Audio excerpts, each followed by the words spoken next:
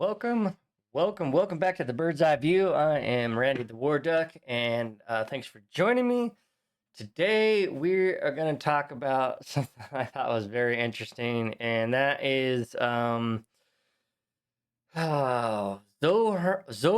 Mamdani, the Democratic New York mayor primary winner, and looks to be on his road to maybe becoming the next New York City mayor.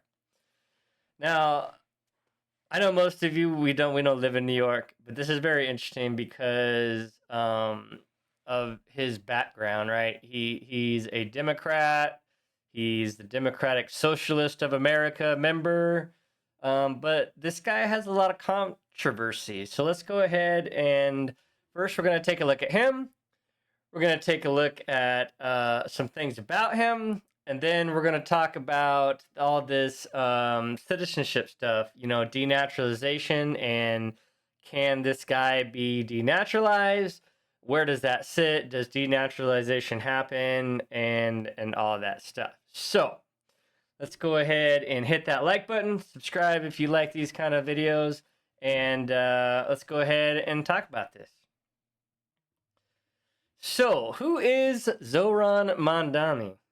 I don't know if I'm saying that right or not, but whatever. So, he was born in Uganda to an Indian family. That's important. An Indian family. To an academic, Mahmoud Mamdani, and a filmmaker, Mira Nair. They went to South Africa when he was 5, and then he came to the United States at 7. Okay, so at 7 years old, are you declaring where you grew up, or is that more along the lines of because you're in second grade in the United States at 7, first, second grade, right? Does that really mold who you are by the first and second grade? Or is that, later on in the rest of your development between the rest of the rest of 70% of your grade school, middle school, high school, and college? I'll leave it at that. That's for you to decide. But for me, I think that's not when you were developed. That's not who you are yet. You haven't even got to where you're trying to figure out who you are yet. You're still trying to figure out the world. So, this guy born to basically a very influential family. We'll go ahead and take a look at mom, who is a celebrated Indian filmmaker. She is famous in her own right, not necessarily for the rest of the world, but to a lot of people, she's very famous in her own filmmaking genre and in India. She's a Harvard University graduate. So, working class, because working class people attend Harvard, right? No. This lady is silver spooned. And so is her husband, Mamdani's dad. He is a professor, was a professor. Well, I don't know if he still is or not, but he was a professor at Columbia University. But again, a rich family. And I think, if we go here, the socialist Mamdani faces backlash over Mir Mazer's $2 million house, right? So these are not working class people. These are one percenters. These are not the normal folks. These are not the people that he's trying to get them to vote for him. This guy is absolutely a one percenter and thinks the rules don't apply to him. And he may find out that that's not necessarily a way that happens. So, he also owns a 4-acre plot in Uganda and is too privileged to be speaking of socialism, is what this headline talks about. There's his mom. So you're right. So this guy is a silver spooner talking about socialism, and that's very, very interesting because this guy has never suffered a moment in his life. He's always been well off, born with a silver spoon, just like his parents. These guys are the 1%ers, and this guy is completely fake. Completely fake. So, Dems grapple with where Mamdani fits into the party. Why is that? Well, because his views are so far one direction that even the rest of the party can't get on board with that. Typical, right?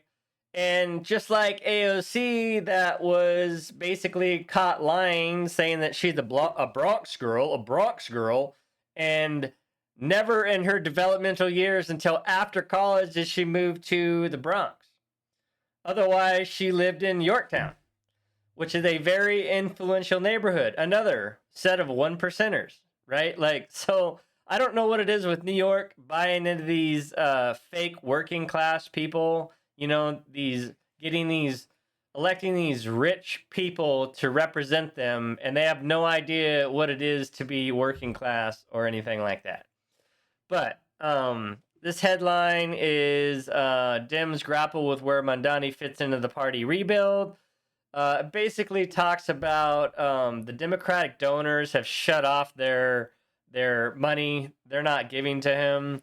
I know I don't want to be a part of this party. One donor said Monday, it's disgusting and why we're even in the position we're in. More divide and more downfall of the Democrats because they're addicted to this kind of stuff. I don't know. They're addicted to suffering. It says Senate Majority Leader and House Majority Leader Hakeem Jeffries both stopped short of endorsing Mamdani, with Jeffries publicly citing concern about his anti-Israeli protest, right? Because he is basically a communist. He's into socialism. He thinks that, you know, grocery stores and everything should be city-owned. But just to point out how fake this guy really is, I want to play a little video for you. All right, listen to this. I think that New Yorkers, more than they hate a politician they disagree with, they hate a politician they can't trust. On the subject of trust, you've adopted different speaking accents in different scenarios. But they go to their local bodega. Is there one that's real and one that's affected? What I would say is, as any immigrant knows, having been born in Kampala, Uganda, and then raised in South Africa and moving here when I'm 7 years old. Raised in South Africa and then moving here when I'm 7 years old. That's a very important way he states that, because he states that he was born one place, raised in South Africa, right? But if we take a look at his early life, so he was born in Uganda in 1991 to a filmmaker. Both parents are of Indian descent. Keep that in mind. That's important. So he lived there until he was 5. So what? So he was born in Uganda and immediately moved to okay. Hold on here. So he lived in Uganda until he was 5, where they moved to Cape Town in South Africa, where he attended a very privileged school. And then he came to 7. So he was what, 2 years? That doesn't even make any sense, right? But whatever. Like, basically the point is the fact that he's saying that he was raised there when he really wasn't, right? He really wasn't. And it wasn't like he was suffering. He was going to these privileged silver spoon schools. So this working man persona is all fake, just like AOC's. So now, oh yeah, we were into this. Okay. Is there different parts of my life? Worldwide tour is a worldwide tour is a worldwide tour. Listen to that Mamdani accent. was talking about a worldwide press tour back when he was a rapper. Bring the flavor to the fish, bring the flavor to the rice. In a Disney movie directed by his mother. Nepotism and hard work goes a long way. Nepotism and hard work goes a long way. So he's not even denying it, right? He's denying that he's a Nepo baby. And he's a silver spooner, but yet he turns around, changes his accent, and says, "Oh, I'm a working class guy. You know, trust me. I'm a working class guy." How can you trust somebody that won't even talk to you normally in your normal voice, your normal accent, right? He changes the way he speaks to his audience to fool his audience and make fools out of his audience for them believing him. That's insane to me.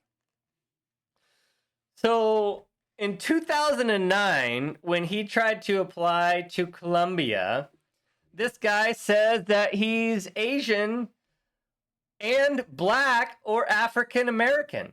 That's the boxes he checked on his application. And in high school senior, he also checked Asian and wrote in Ugandan. So this guy on his application writes that he's Black or African American, writes that he's Asian, but remember, he's from Indian descent, right? His parents are both Indian, from India, not Native Americans, not American, but from India. This guy is not even remotely Asian and not even remotely Black or African American. But he put that on his 2009 application. This guy cannot help himself but be a pathological liar. Like, I don't know that anything that comes out of this guy's mouth is actually true. And it's kind of amazing because he's backing anti-Israeli groups. He was actually doing some stuff for this one group that is basically a terrorist organization or something like that. He's basically admitted to being a communist. Well, he denies it now, but he had joined some communist social groups, but he denies that he's an actual communist. But his actions and everything else speak differently.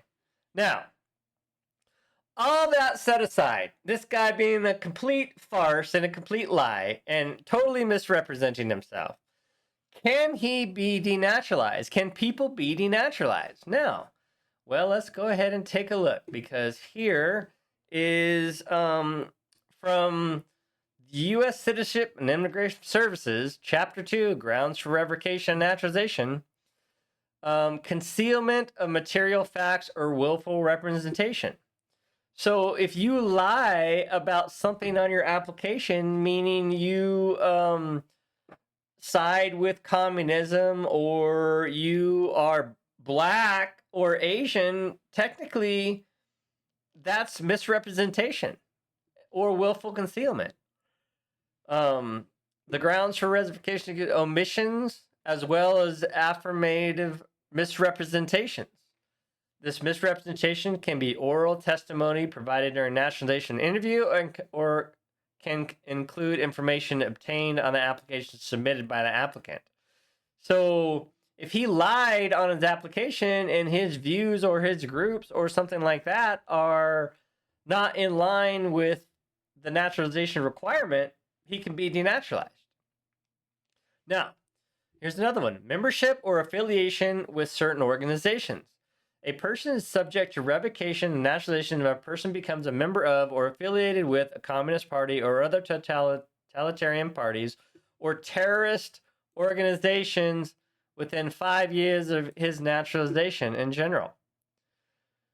So that's another thing, right? He was siding with some anti-Israeli groups that were possibly terrorist organization. He was making songs for them and stuff, right? Advocating for them to be let out of prison or whatever. I don't even know. But this is something that he now has to worry about, because that happened within his naturalization time frame. So this is U.S. Armed Forces part. So there are grounds to investigate this guy to see if he fits these, and I would not be surprised at all if this actually goes to court and they make a court decide if this guy can keep his naturalization or not. Simply because he's outwardly shown that he doesn't really represent the Constitution or the United States. Now you say, oh, nobody ever gets prosecuted for, this kind of stuff, and they don't ever lose their citizenship. Well, you're wrong. I got a case right here. Man's citizenship revoked for naturalization fraud. Exactly what we've been talking about, right? A man was sentenced to 3 months in prison and had his U.S. citizen revoked for naturalization fraud. According to the court documents, this guy, 51, was convicted of naturalization fraud after pleading guilty on February 18th, 2025. That is fresh, right? That is just a few months ago. So if you think it doesn't happen, you are dead wrong. It does, and it can. It says, in August 2014, prosecutors said that this guy submitted an application for naturalization to U.S. Citizenship and Immigration Services. In March 2015, he was sworn in as a U.S. citizen. However, in October 2019, he was arrested by Bay City, St. Louis Police Department. U.S. attorneys said that this guy pleaded guilty and was convicted of 2 felony offenses, admitted that his criminal acts took place between 2010 and December 2010. He was sentenced to 20 years in custody and currently serving a state sentence. Agents determined that he knowingly and intentionally made fraudulent misrepresentations on his applicants for naturalization to conceal his felony conduct that occurred during this time period to his application for U.S. citizen. So this was prior to him getting naturalized, right? He did some things, and then he said, no, I've never been arrested. I've never committed a felony. I've never done any of that. I'm an upstanding citizen. And then he gets arrested, and then he admits that this time frame he was doing these crimes. Well, then they say, well, then you lied on your naturalization because you're not, you're not beholden to being a U.S. citizen and following the rule of law. So there you go. He's done. He's gone. He's in prison. He's denaturalized. And when he gets out, he'll be shipped off somewhere because he's no longer a U.S. citizen. So going back to Zohran is if this guy affiliates with communism or some kind of totalitarian or socialist group like that, if he admits to, or they can prove that he was siding with a terrorist group, like them saying that he did with his songs and stuff and advocating for these groups, then he most certainly can be taken to court. And if the U.S. prosecutors can prove any of these things, then his U.S. citizenship can absolutely be taken away, and he can be denaturalized. And it does happen. This is a fresh case, and this was initiated prior to really all this stuff with Donald Trump, right? This all happened beforehand. And then in February, right after Trump took office, right before he really got rolling on this, he pleaded guilty February 18th, 2025. So I don't, there are precedents out there to denaturalize folks. These cases do happen. They don't really go that public because most of the time people don't care. But now, people are like, oh, don't send all these illegal Indians or aliens or these criminals or these child molesters. We want to keep them in here, all these Democratic judges. And Trump has won in court time after time after time. The courts have sided with him. And so, if they decide to take Zohran Mamdani to court, and say, hey, we're going to prove that you lied, because all they have to do is prove one single instance that he lied or misrepresented himself on his naturalization application, and that's it. He can be denaturalized, and then he's done.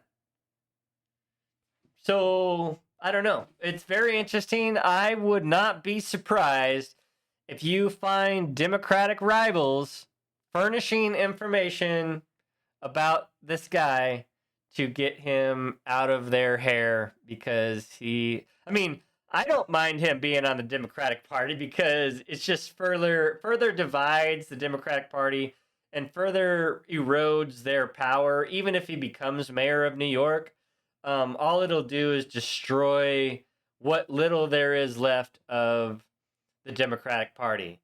And now that Elon Musk has developed the American Party, I don't know. It's very interesting to see a new party arise as the old one crumbles, and it may be a thing in the future that we see the American Party versus the Republicans instead of the Republican Party versus the Democrats. But that is all we got for here. If you enjoyed this, go ahead and hit that like button, hit that subscribe. I'm trying to be more consistent. Family stuff. I got 9-year-old twins, and they got a lot going on, and I've had some internet issues, so we're trying to get that all sorted out and corrected. Thank you if you made it this long. Very much appreciate it. Hit that like button, and we will see you next time. Much love all.